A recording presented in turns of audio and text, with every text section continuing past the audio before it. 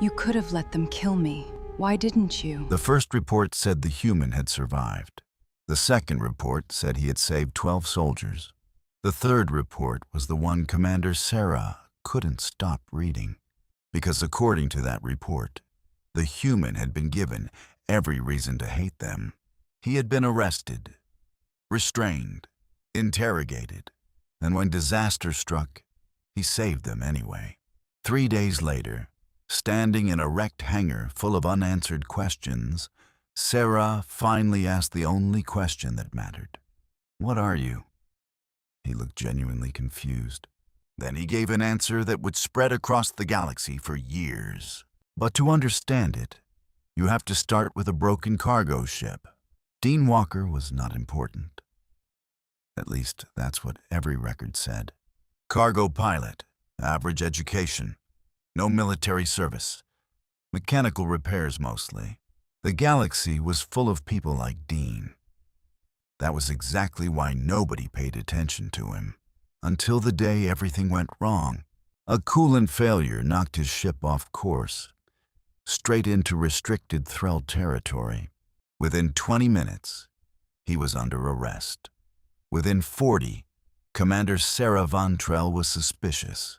Not because he acted dangerous, because he didn't. Most prisoners argued, panicked, begged. Dean asked if anyone remembered to feed his dog. Twice. "You understand the seriousness of this offense?" Sarah asked. "Yeah. You could face imprisonment." "Okay. That doesn't concern you?" "It does." "Then why are you calm?" Dean shrugged. Being worried doesn't usually fix anything. That answer bothered her more than she expected. Military protocol required a threat evaluation. Dean was placed in the strongest restraints available, a standard precaution. Humans were stronger than they looked. The test began. Electrical pulses moved through the restraints. Most species reacted immediately. Dean blinked. The technician increased the power. Still nothing. "That feels weird," Dean said. According to the readings, he should have been screaming. Instead, he looked mildly annoyed. Sarah watched carefully. Something didn't add up. Not because he was resisting, because he genuinely didn't understand why everyone looked concerned. Then the alarm started. Red lights flooded the facility. "Report," Sarah said into her comm. "Unknown boarding force. Multiple breaches." That wasn't possible. Nobody attacked directive facilities. A second report came in. Then a third. Each worse than the last. These weren't raiders. They were mercenaries. Professional killers who ignored the weapon depots and command centers entirely. They were moving straight toward the holding sector. Straight toward Dean. "Okay," Dean said, looking around. "That's probably bad." The first explosion shook the room. The second destroyed the main door. Smoke filled the hangar. Weapons fire erupted. Armored attackers poured through the breach, cutting toward the prisoner.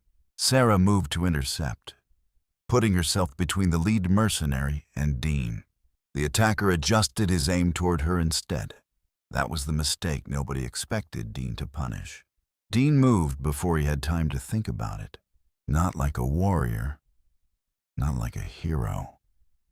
Like someone whose instincts simply didn't include an option called "let it happen." He stepped between the blade and the commander who had arrested him hours earlier. The restraints shattered. The weapon glanced off metal instead of flesh. And before anyone understood what was happening, the mercenary was unconscious against the far wall. Silence swallowed the gunfire. Dean stared at his own hands. Then at Sarah. "Is everybody okay?" Nobody answered right away. Because he had been seconds from freedom, he could have simply let the chaos carry him out. Instead, he'd protected the woman who'd locked him up that morning. That question disturbed Sarah far more than his strength ever could. The fighting continued, another 17 minutes. By the end, 12 soldiers were alive, because of decisions Dean Walker made. Carrying wounded, sealing bulkheads, dragging people from fires. Not once did he try to leave. Not once did he ask for anything. Afterward, Sarah found him sitting on a supply crate, bruised, exhausted, his dog asleep beside him. "You could have escaped," she said. "Probably. You were a prisoner. You owed us nothing." "Maybe. Then why help us?" Dean seemed genuinely surprised by the question. As opposed to what? There were people in danger. You didn't know them. So, that answer hit harder than any weapon in the hangar. Because he meant it. He wasn't performing for anyone. Helping had simply seemed obvious. 3 days later, the station was repaired, the dead buried, the survivors back on duty. Sarah found Dean beside his ship, preparing to leave. "What are you?" she asked again. "A human." "No, I know your species." She looked toward the soldiers he'd saved, the station he'd defended, the people who had imprisoned him that same day. "What are you?" Dean thought about it, then smiled, tired and ordinary. "The same thing they are. They arrested you. They thought they were doing their job. They hurt you. Not on purpose. They were strangers." Dean scratched his dog's head. "Everybody starts as strangers." The hangar went quiet because Sarah finally understood. It had never been about strength or endurance or courage. It was what humans were willing to do for people who owed them nothing back.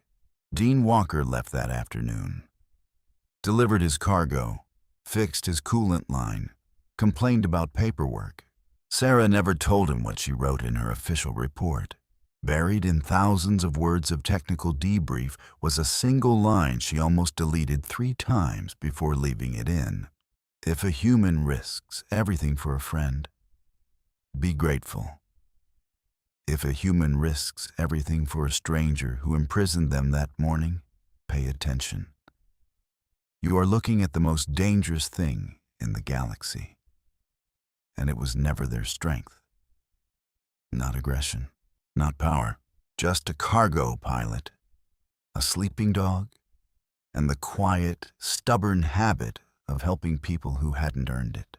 Nothing in the galaxy, as it turned out, was harder to defend against.